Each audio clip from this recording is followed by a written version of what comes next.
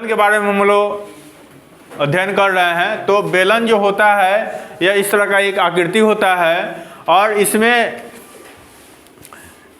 दो वृत्ताकार ये बना हुआ है, वृत्त बना हुआ है इसके दोनों सिरे पर। यहाँ पर ये क्या है, त्रिज्या है और यहाँ से लेकर के यहाँ तक का जो लेंथ होता है यह ऊंचाई है, जिसको हम लोग h से प्रदर्शित करते हैं। वक्र पृष्ठीय जो क्षेत्रफल होता है वो होता है 2πr/h। संपूर्ण पृष्ठ का क्षेत्रफल जब हम निकालेंगे तो वह हो जाएगा 2πr/h, यानी वक्र पृष्ठीय क्षेत्रफल जोड़ यहाँ का आपको ये जो वृत्ताकार है इसका एरिया और फिर इसका एरिया, तो क्या हो जाएगा πr² प्लस πr²। इसका मतलब यह हुआ कि 2πr/h प्लस 2πr²।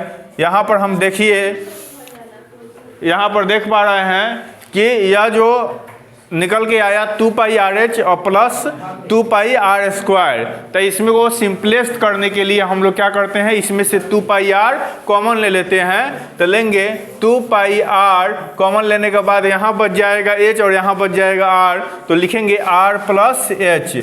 तो यह क्या हो जाता है आपको संपूर्ण पृष्ठ का क्षेत्रफल। इसी को ध्यान में रखते हुए एक क्वेश्चन है एक्सरसाइज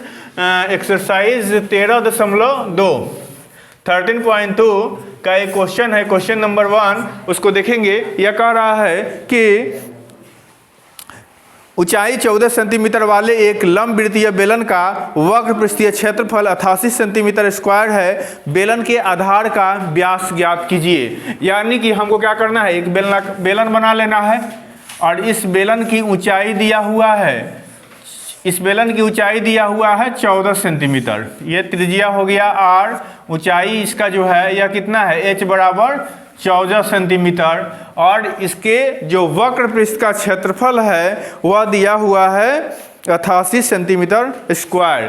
तो हम यहाँ लिखेंगे बेलन का प्रश्न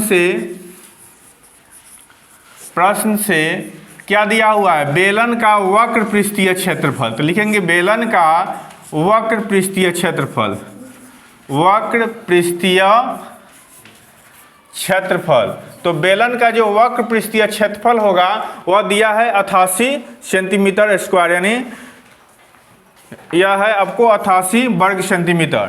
तो हम जानते हैं, यहाँ पर ध्यान दीजिए, वक्र पृष्ठीय क्षेत्रफल क्या होता है, 2πr/h होता है। तो लिखेंगे 2πr/h। तो 2πr/h जब लिख दिए तो यह कितना के बराबर होगा, 88 सेंटीमीटर स्क्वायर के बराबर होगा।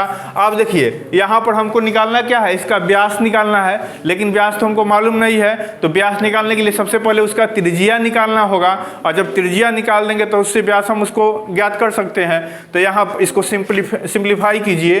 2π की जगह पर क्या हो जाएगा 22/7, और रेडियस नहीं मालूम है तो r लिख देंगे, और h क्या है 14 है यहाँ पर, तो लिख देंगे यहाँ 88 लिख देंगे। अब देखिए यहाँ पर जो हम यह फॉर्मूला पर सजाए हैं इसको, r बचा हुआ है, बाकी सारा चीज़ इसमें लिख दिए हैं। तो रेडियस का मान हमको यहाँ पर निकल जाएगा, r बराबर हो जाएगा 88 गुना 7 भगा 2 गुना 22 गुना 14। अब देखिए यह 11 से कट जाएगा, 11 दूनी 22, 11 8 88। अब देखिए 7 से कट जाएगा, 7 दूनी 14, यहाँ 2 2 2 2 दूनी 4 दूनी 8 से अभी 8 कट जाएगा एक बार में। तो यहाँ पर क्या हो जाएगा, रेडियस बराबर हो जाएगा 1 सेंटीमीटर। जब हम इसका रेडियस निकाल दिए, मतलब त्रिज्या निकाल दिए, इसका त्रिज्या r बराबर क्या हो गया 1 सेंटीमीटर। हम लोग यह जान रहे हैं कि जो व्यास होता है वह त्रिज्या का कितना होता है, 2 गुना होता है। व्यास बराबर 2 गुना त्रिज्या होता है, इसलिए 2r हो जाएगा।